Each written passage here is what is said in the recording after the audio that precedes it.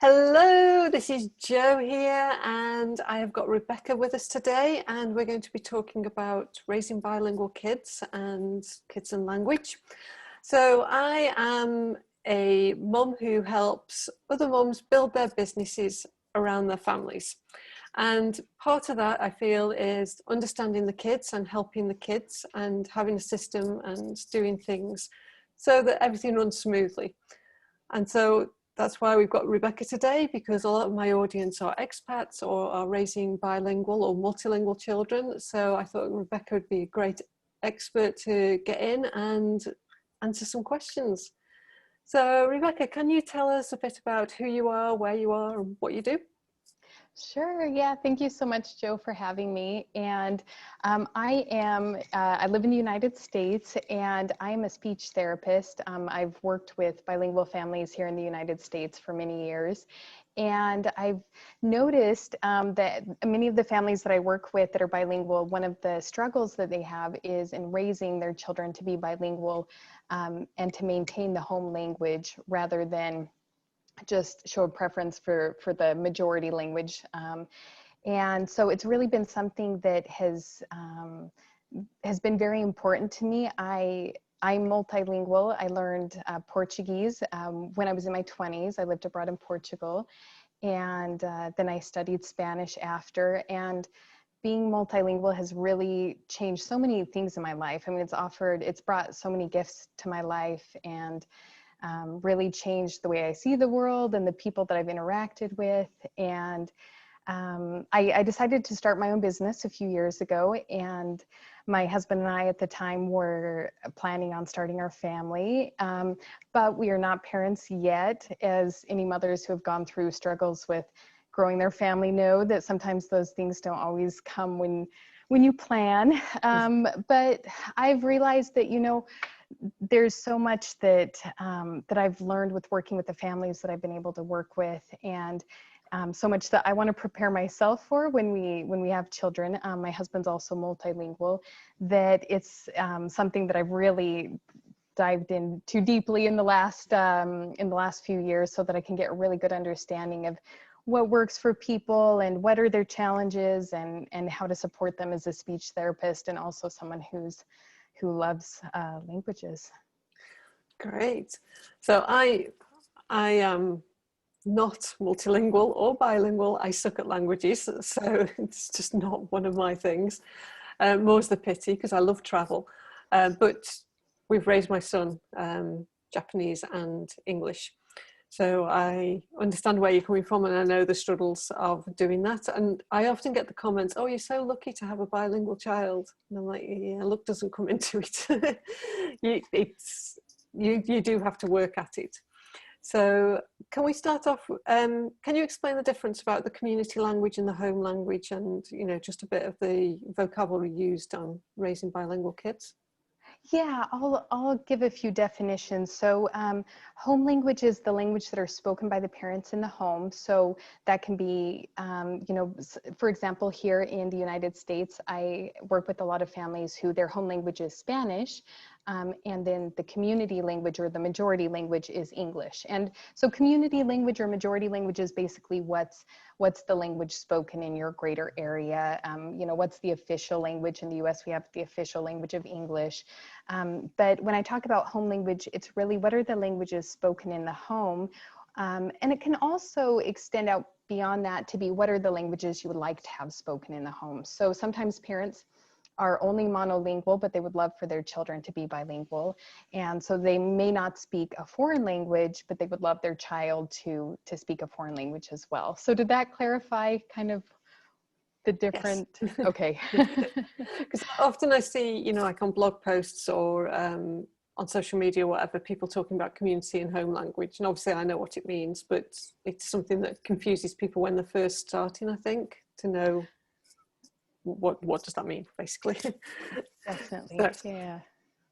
okay, so say for somebody who has got a baby and they want to raise that baby bilingually or multilingually, what strategies do you recommend for them to get started? So what works for a child to learn one language works for a child to learn two languages. So, you know, really rich language input with a child, really, and by rich language input, I just mean language input that offers, you know, a variety of saying things in a variety of ways so that children just hear a lot of different languages. They're getting older, and you know, not holding back on our language use with them so that they get exposed to a lot of ways of hearing the world and being able to use language as well. And as far as choosing just a certain position, like as a certain, what do I want to say, like, oh, that we're only going to speak one language at home, and then we'll speak another language outside of the home. That's something else I can touch on in a moment. But just as far as language building strategies, it really is something that the parents can use in whichever languages that they're choosing to raise their child. Those strategies of really building their child's language, narrating what they're doing with their child, you know, when you're on the floor playing, using language during your daily routines to describe what you're doing so that your child has names for things. You know, not just taking it for granted that they're picking up that this is a cup of water, but like, oh, here's your cup of water. Oh, is that water cold? Oh, it looks like it's a little warm now. And really we can find language everywhere around us. And with children, it's really great to use language in context, which means language around the things that are happening around them, because that's how they see and hear and make connections to using words. Yeah. And you can do this from them being a tiny baby, you know, even when they're like a month old, they start taking things in. So, you know, just get into the habit of talking to them all the time. I think, you know, while you're changing their nappy or giving them a bath, just talk, you know. It doesn't have to be all ba ba ba goo goo goo type of thing, I think. Yeah, because they really understand a lot more than what they can say. Just like anyone who's learned a foreign language, you know, whenever I open my mouth and speak Portuguese, I think because of my accent or, you know, whatever I'm saying, people sometimes assume that I don't understand them. So they'll speak very slowly and loudly. And I'm like, no, you're fine to speak you know, at regular tempo. I can understand everything you're saying. But I just, you know, the way of my ability to express myself is almost always, for most people, it's a little bit further behind than what they understand, right? So for small children, they can understand so much of what's being said around them. So it's really good that you know, we use language during their daily routines, like you said, when they're changing, when they're bathing, when they're eating, that sort of thing. Mm-hmm. Mm-hmm. So the different strategies, OPOL, like one parent, one language, is a really popular one. And like you said before, using a home language and a community language. What do you recommend, or is there a system that seems to work better than any other system, or is it down to family preference, do you think? From what I've seen, as far as just research in the families that I've worked with, it really depends on what works for the family. So kind of like they say with exercise, like the best exercise is the one you'll do. I think it's also the best language strategies are the ones that you'll use. And one parent, one language can work really well with some families. Say if, you know, like in your situation where, you know, you spoke English to your son and then your husband spoke Japanese so that he's bilingual. Is that right? No? Oh, I'm sorry. Oh, goodness. Sorry for assuming. No. Okay. But there were people in our playgroup community, that's how they raised theirs. Like the mom, usually the mom, because the mom was usually the foreigner, spoke English and the dad spoke Japanese at home, and that's how it went. For us personally, we use English as the home language and Japanese as the community language.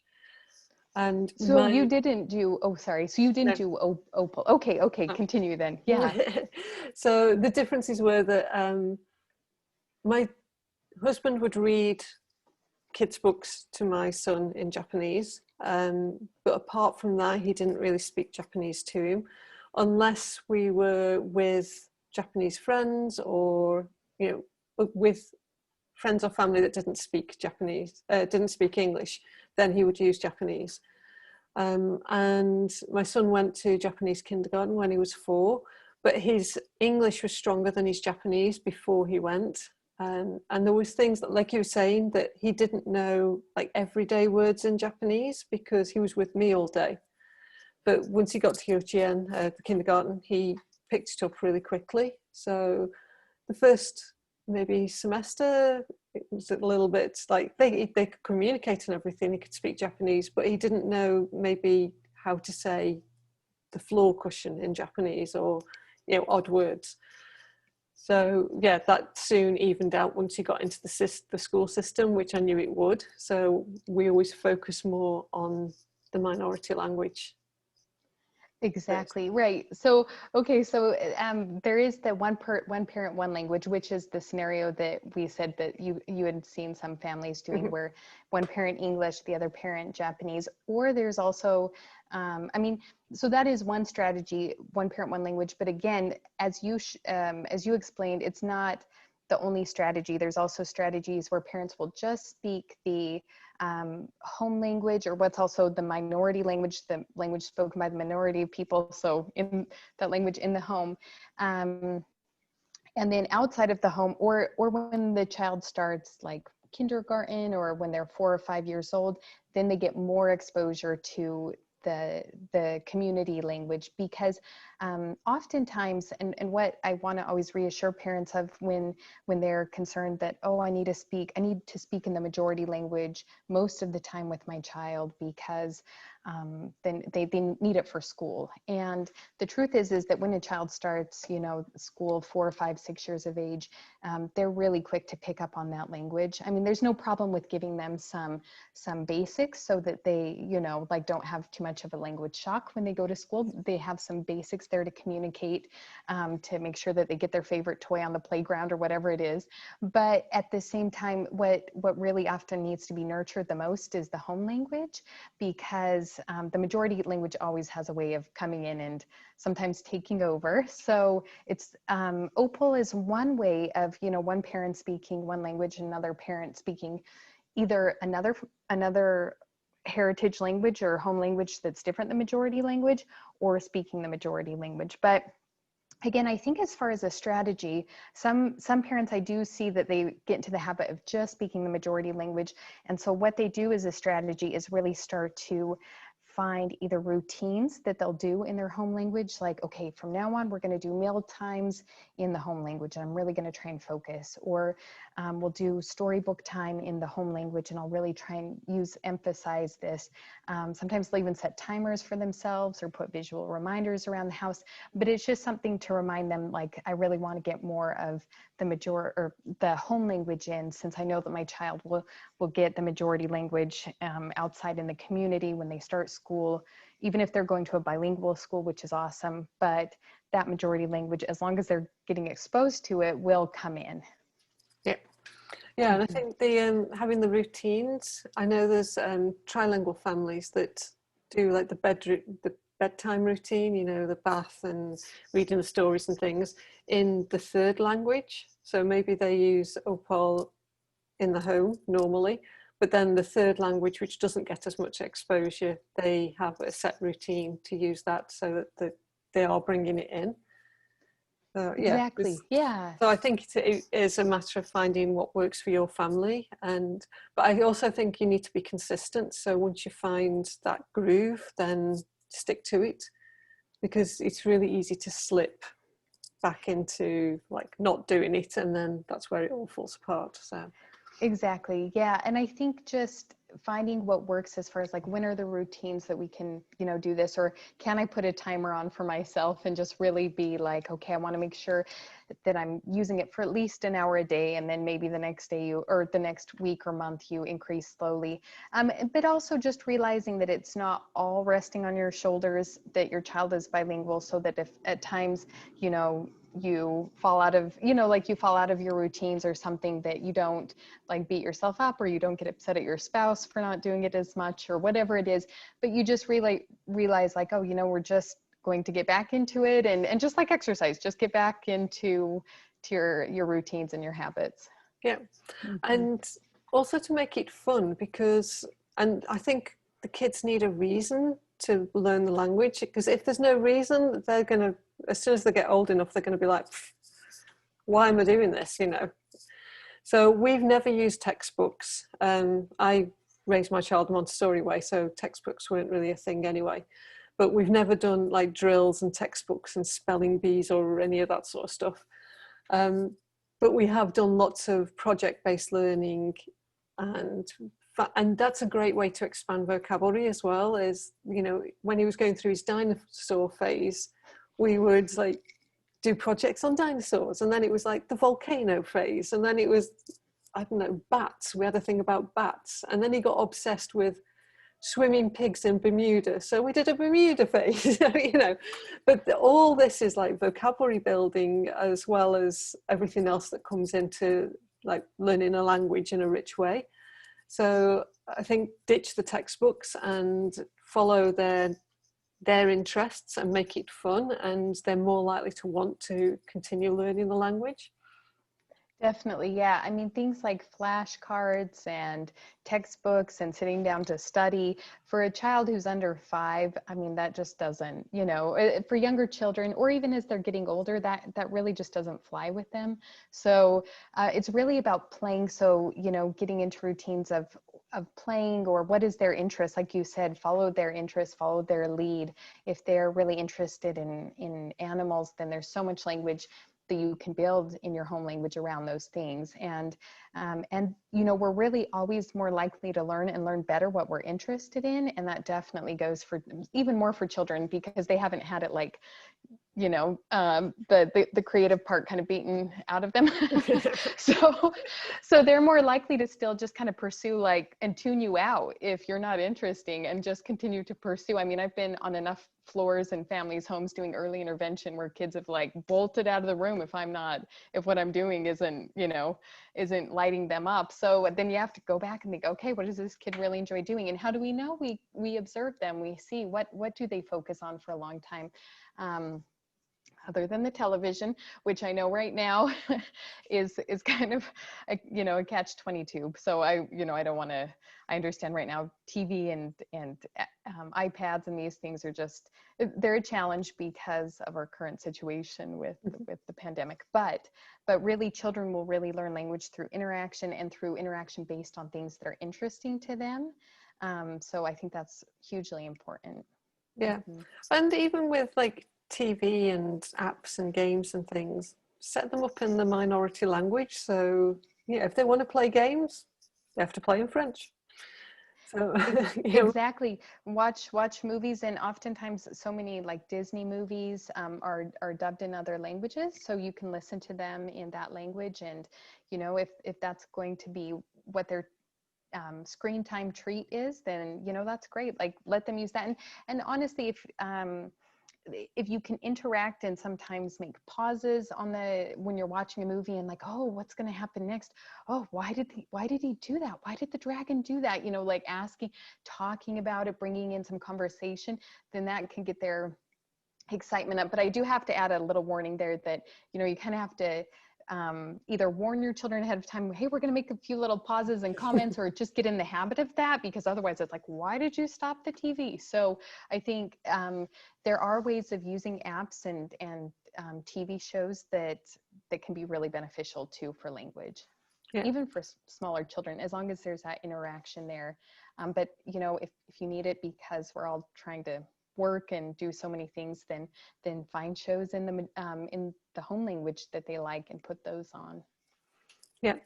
And then the other thing is that we had an English speaking playgroup. We met up every week and we only spoke English in the group, and we'd play some games and sing some songs initially, and then the kids would just play. But the rule was, when we were together as the playgroup, you could only use English.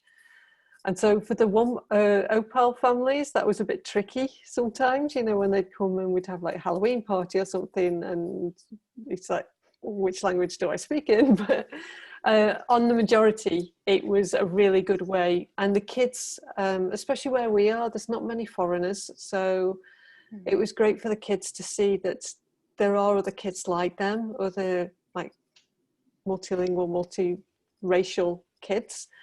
And they'd have a reason to use the language. And now, even though like my son's 15, so we don't see the rest of the kids very often these days, but often when we get together, they'll just start off playing in English again because that's what they're used to.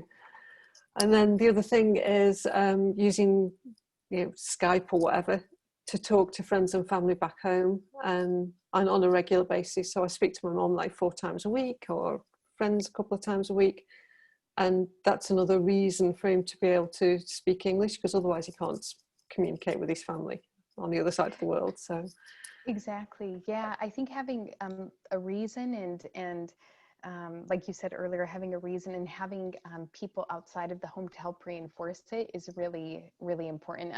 There's research that shows that children, they're more likely to be bilingual the more speakers outside of the home that they have in their home language. So the more amount of speakers they have and the more time that they have with those speakers, the more likely they are to be bilingual. So I think in a way that's kind of good news for parents, because it means that the responsibility of raising them to be bilingual isn't just on the parents' shoulders.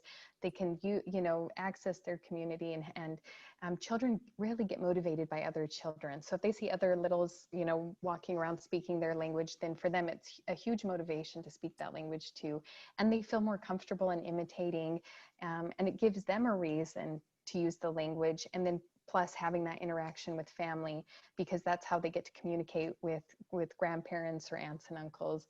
Even just a quick 10-minute call to an aunt who's overseas or something, once or twice a week is, just building in a few of these little things and getting community support can really help. So yeah. And it's having that reason, because otherwise, if there's no reason, then they're just going to drop it.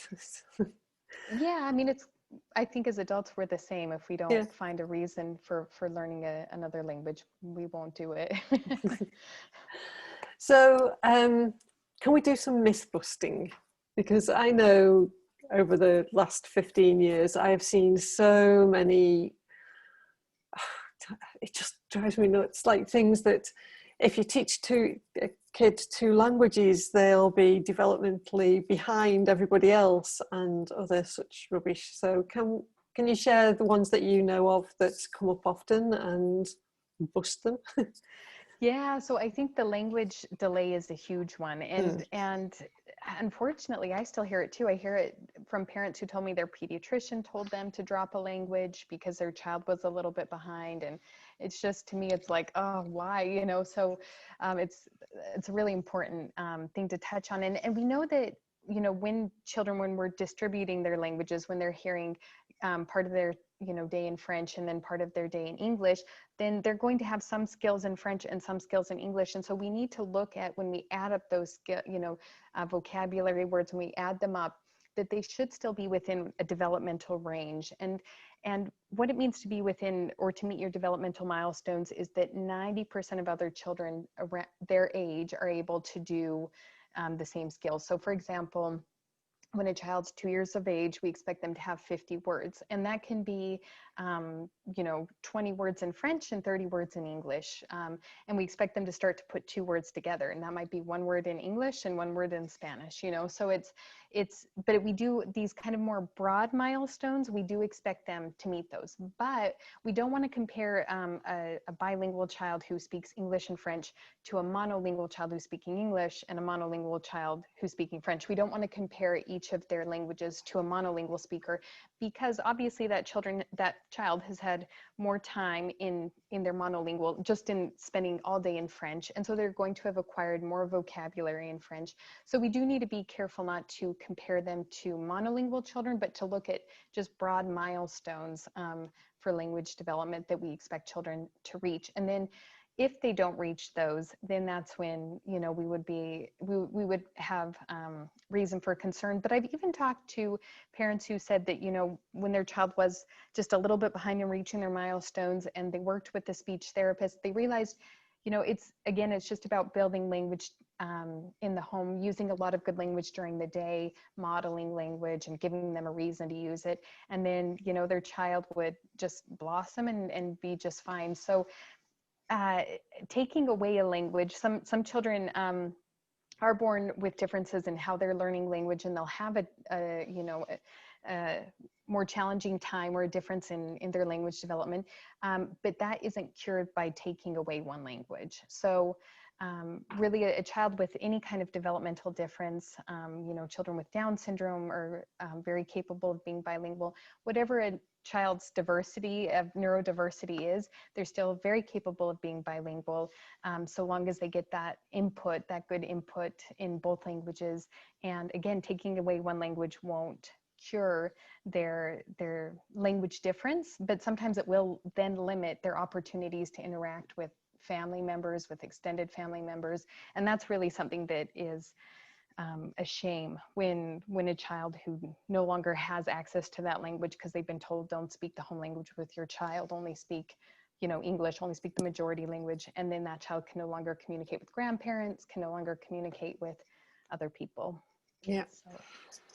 Yeah, that's good to hear. And to hear that, you know, kids that have Down syndrome or not neurotypical, yeah, we've got people in the community who've got Down syndrome kids and they're managing fine. So yeah, I think there is a lot of, and that's the frustrating bit, it's coming from professionals telling parents who are already feeling a bit uncertain that they're doing it wrong.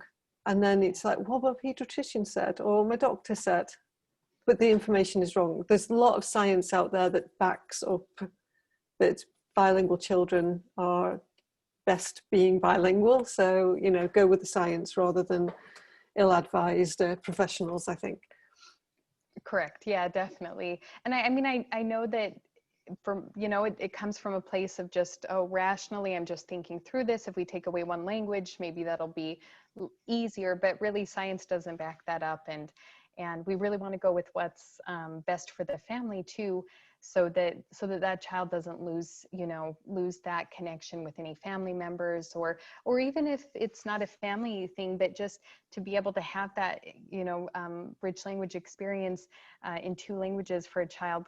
There's so many benefits to being bilingual, and children with learning differences and who are neurodiverse get those benefits as well. So it's definitely important to really you know, think carefully on advice, and really talk with someone who knows, a speech therapist who knows about bilingual language development, if you've been given advice like that. So yeah.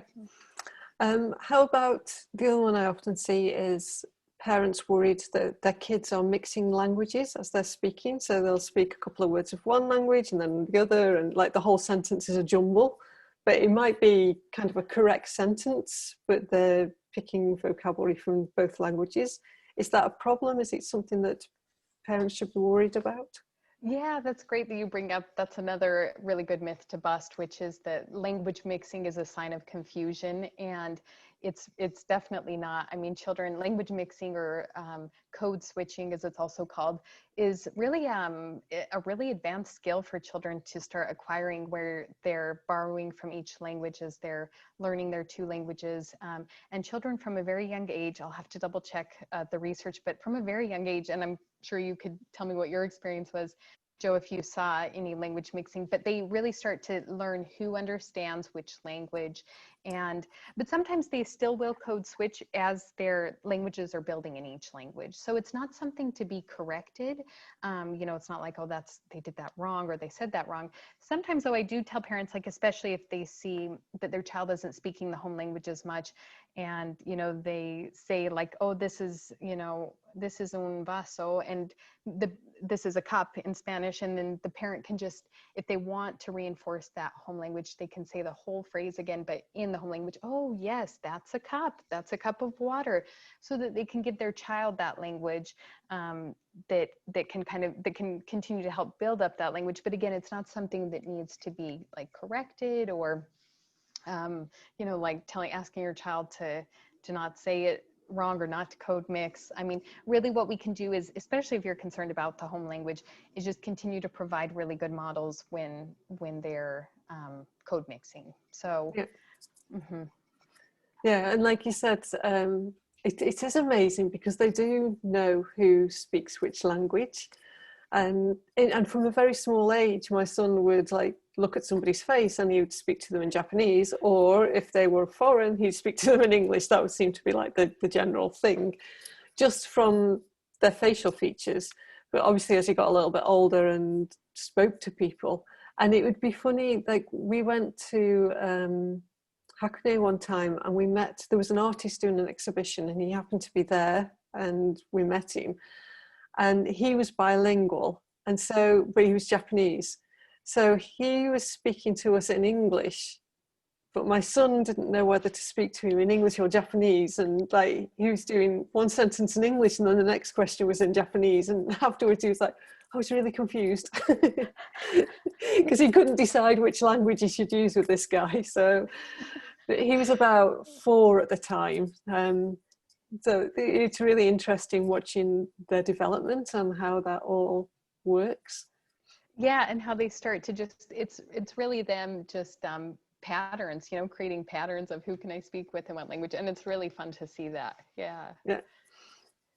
And I used to live, when I lived in Israel, I lived next to a family who had twins, and they were 3, and they spoke English, French, and Hebrew. And they would switch, like the 2 of them would talk to each other, and one would ask a question in one language, the other would answer in another language, but then sometimes the sentence would be a jumble of all. But they understood exactly what they were saying to each other. It was amazing to like just watch them. That's like, yeah, so, yeah, yeah. I think.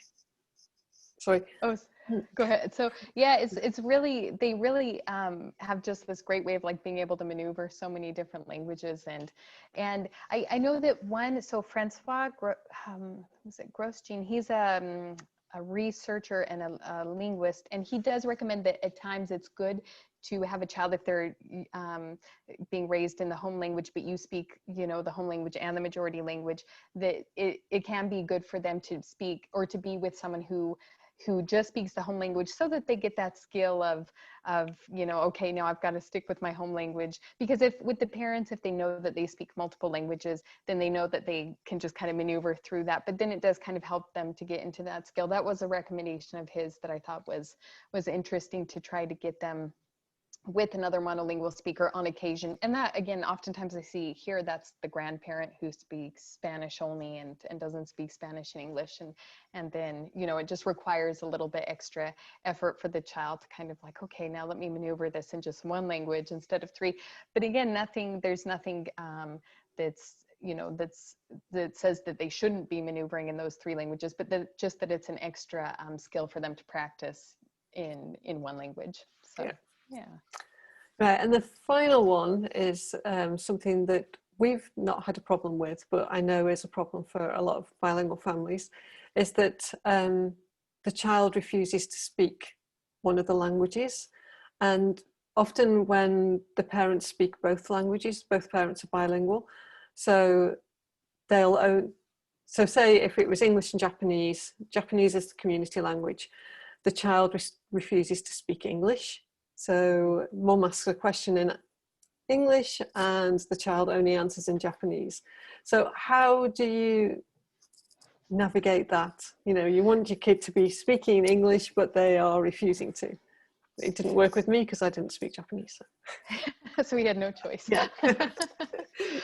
And that's such a good question. I see the same challenge here. And I think it's important that parents know that it's not that your child is trying to, reject your home language. It's just children, just like adults, they want to go with what's easiest and most natural to them. And since that's like the community language is spoken everywhere, then that's just what I'm going to go with. That's what children are thinking. It's not too, well, sometimes it is a matter of them wanting to make a choice and no, I'm not going to speak that language. That's my choice, because, we all want to have independence, and children especially like to assert their independence over things. I know some families have said that they would just make a rule and that no majority language allowed in the home.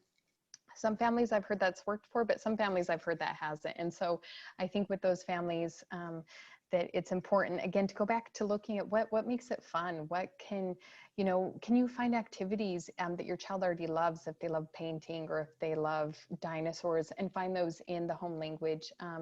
giving choices to your child in the home language. Do you want this or this? And then, being playful if they respond back in the majority language. Oh, wait, I didn't understand that. But I think it's important to understand your child. If they're not going to like that humorous kind of engagement, then don't go that way, but try and find what will motivate them. And I think oftentimes, I know here, I wish we had more bilingual schools, and we do have some, and it's really good. But again, when children see their peers speaking the home language, when they see outside the home that it's being reinforced, and that, oh, there is a need for this, and oh, other children are doing this, okay, then that can oftentimes be what can help parents, and finding that support outside of the home can be great. But I do, some parents can try their best, and it really does become a child's choice as well. So I think, trying to not create negativity around it as far as like making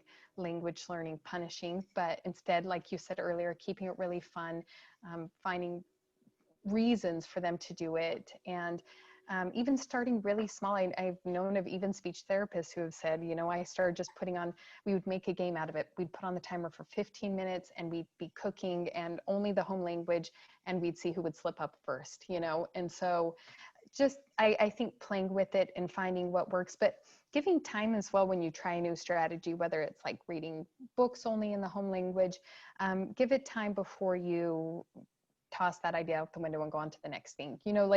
For children, it does take time. And if you've been speaking both languages and doing that a lot in the home, it can be very challenging to then ask like, oh no, we're just doing the home language, no more majority language. And then the child's like, well, I don't have access to half of my language now, So I think those sudden changes for children especially can be very challenging. So giving your child some choices around it, when would you like to speak the home language today? Do you want to do it during reading time, or do you want to do it during dinner time? Children love choices. So I think that there's a lot of different ways to approach it, but just finding what works for you and your child. And I know it's hard not to engage in the struggle, but what have you found so with your son, he didn't protest, but was there ever any time when he seemed resistant or? No, not really. And he's always been a big reader, so just being able to supply him with enough books in both languages. And yeah, I think that was the main thing, making it fun, making sure he'd got his community of friends that spoke language. He played football in English as well. Yeah, and talking to parents or grandparents, really, so he had the need. And of course, we also traveled back to England for a month each year, so that's also a big plus. And traveled from like around Europe, and he's seen that English is really important, because when we travel into other countries that don't use, like if we've been to France or Germany or wherever, English gets us through. And so he's seen that Japanese wouldn't have got him anywhere in Germany, but English did, so he's seen the importance of English as well. So I think that was an important lesson for him. But obviously that's a very expensive way to teach your kids language. Yeah, the travel part can be huge, and it's something I would suggest if parents can, but I understand too. I mean, right now that's pretty much out the window. But oh, but you had posted, I saw one of your blog posts about doing, travel from home, where and I just thought, well, what a beautiful idea. Like I need to borrow these ideas, and like just because they work so well for bilingual families, as far as do a vacation from home where you explore that country on video, but then you make some of the meals from that country, and all of that can be really great for building the home language too. Yeah. So yeah, that's a fun way of doing it, and that's because we couldn't travel. So yeah. Right. We've kind of run over time, but there's been so much great information. Is there anything else that we've missed, do you think, that you'd like to add? Oh, I mean, there's so many things I could talk about this forever, but but I will just say, going back to the OPAL, the one person, one language, I do think it's important too that parents, you don't have to speak a language perfectly. My husband, for example, has an accent in every language he speaks because he moved around when he was little. And so he doesn't have an accentless language. In English, he has an accent. In Spanish, he has an accent. It's, so I think, again, I just want to encourage parents that, again, it's rich language, but it doesn't always have to be, perfect native language. But so, because I know there's families out there who think, well, I lived in this country for 5 or 6 years and I speak it really well. I think it's just, again, how can we give our children really rich language exposure? And like in your situation where you both spoke English in the home, and that worked out really well for getting your son to really cement his knowledge in English. So that was just something I wanted to touch on, just to make sure there wasn't a misunderstanding around that. So, Great. Yeah. Okay, so I will obviously add all your links and so people can find you. Website, where do they go if they want to find you? My website is bilingual.com. So just think of being, I realize this might be kind of a difficult thing to spell, but definitely check out the links. But it's bilingual.com is my website, and that's also my Instagram handle. And so I blog on there and have some of my resources on there too. So. Great. Well, thank you for sharing your time with us and your expertise. It's been great to chat to you. I'm sure this will be useful for a lot of the parents that are starting their bilingual journey with their kids. So yes, thank you. Thank you so much for having me, Jo. It was so fun to talk.